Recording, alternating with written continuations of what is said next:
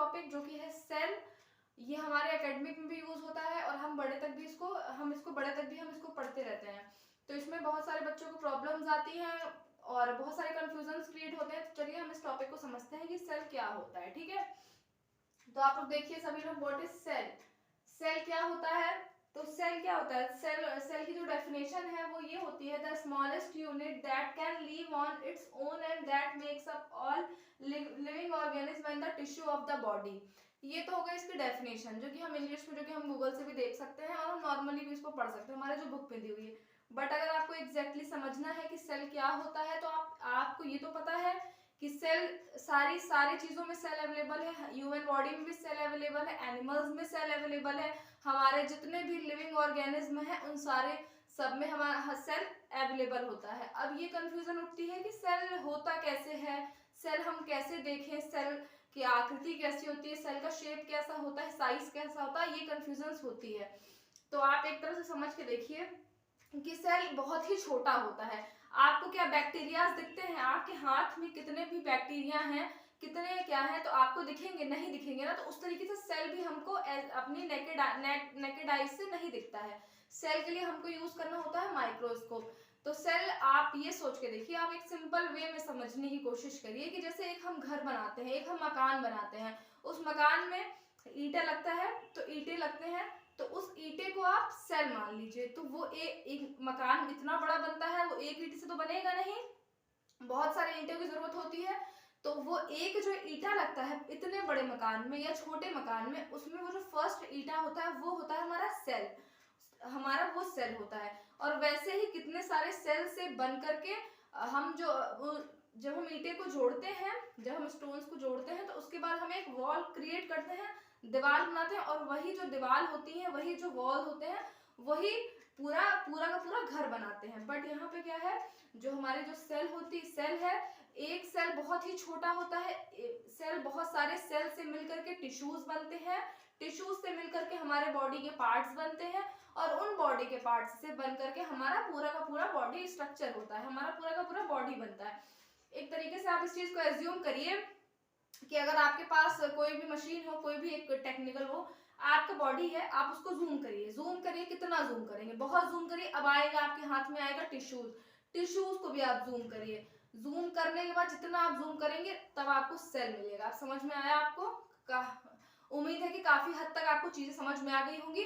Cell क्या है? Cell हमारे स्मॉलेस्ट यूनिट ऑफ बॉडी है। यूनिट हम क्यों बोलते हैं? यूनिट हम उसी चीज को बोलते हैं जो चीज अपने आप में ही सारा काम करे। जो सेल होता है वो अपने आप में ही कंप्लीट होता है, वो सारे बॉडी के सारे प्रोसेस को वो अकेला सेल करता है, इसलिए हम उसे यूनिट बोलते हैं। यूनिट भी क्या होती है? किसी चीज की कंप्लीट यूनिट होती है।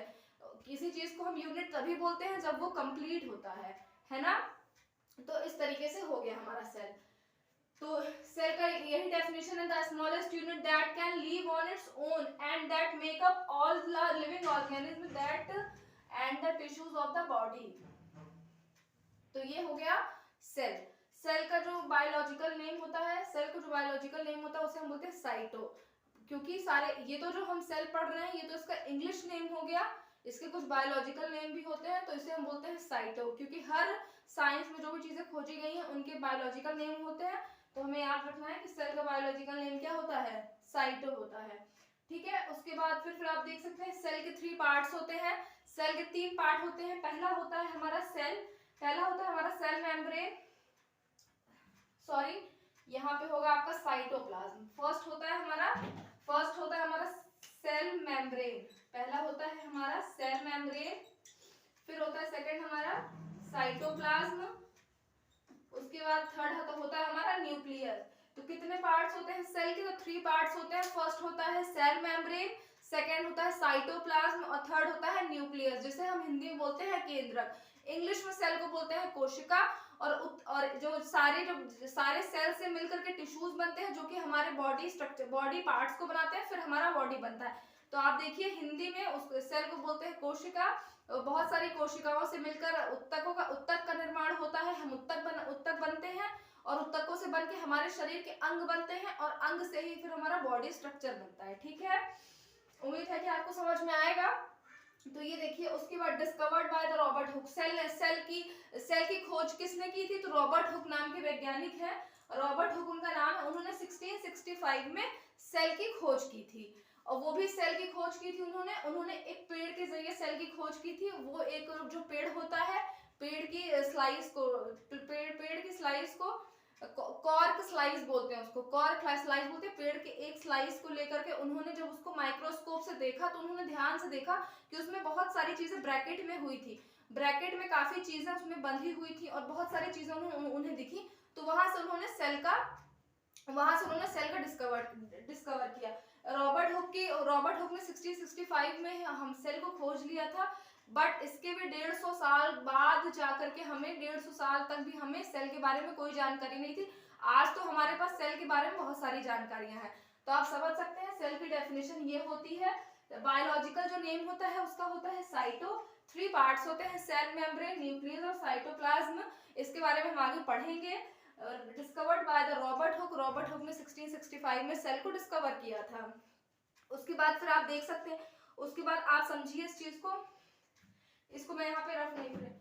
हाँ, उसके बाद देखिए, अब एक तो आप एग्जांपल के तौर पे समझिए, एग होता है जो मुर्गी का अंडा होता है, मुर्गी का अंडा, ठीक है, ये 1 सेल होता है, मतलब ये सिंगल सेल का होता है। ये एक तरीके का आप सेल समझिए इस चीज को, ये सिंगल सेल होता है। इसको हम इसलिए नेकेड आई से देख सकते हैं क्योंकि ये बहुत बड़ा होता है। तो मुर्गी का जो अंडा होता है वो सिंगल सेल होता है, ठीक है, इस तरीके से है। और हमारा जो ह्यूमन बॉडी है वो बहुत सारे सेल से मिलकर के बना है। ह्यूमन बॉडी में approximately I think human body में ह्यूमन बींग्स में 37.2 ट्रिलियन सेल्स होते हैं। 37.2 ट्रिलियन सेल्स होते हैं हमारे ह्यूमन बॉडी में होते हैं हमारे। और इसके बाद अभी हम ये सारी चीजों को हम पढ़ेंगे। एक बार आप फिर से देख लीजिए, मैंने डेफिनेशन बताई है। फिर सेल का बायोलॉजिकल नेम साइटो होता है।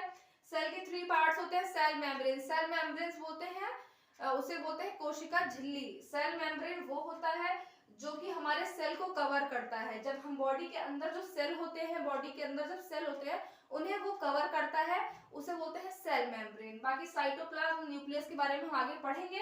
एग जो होता है वो हमारा सिंगल सेल होता है, हम उसको ऐसे आंख से देख सकते हैं क्योंकि वो बहुत ही बड़ा होता है। ह्यूमन बीइंग्स की बॉडी में 37.2 ट्रिलियन सेल होते हैं। अब इसके बाद 2 टर्म्स आएंगे। एक आएगा आपका यूनिसेलुलर, एक आएगा आपका यूनिसेलुलर, ठीक है, यूनिसेलुलर। एक आएगा आपका मल्टी सेलुलर, एक आपका आएगा मल्टी सेल्यूलर। तो ये क्या होता है? तो यूनिसेलुलर 1 सेल होता है, 1 सेल जो कि मैंने बोला मुर्गी का अंडा यानी एग किस में जाएगा? यूनिसेलुलर में जाएगा। तो इसमें मैं लिख देती हूँ 1 सेल, आप लोग समझ ही जाएंगे।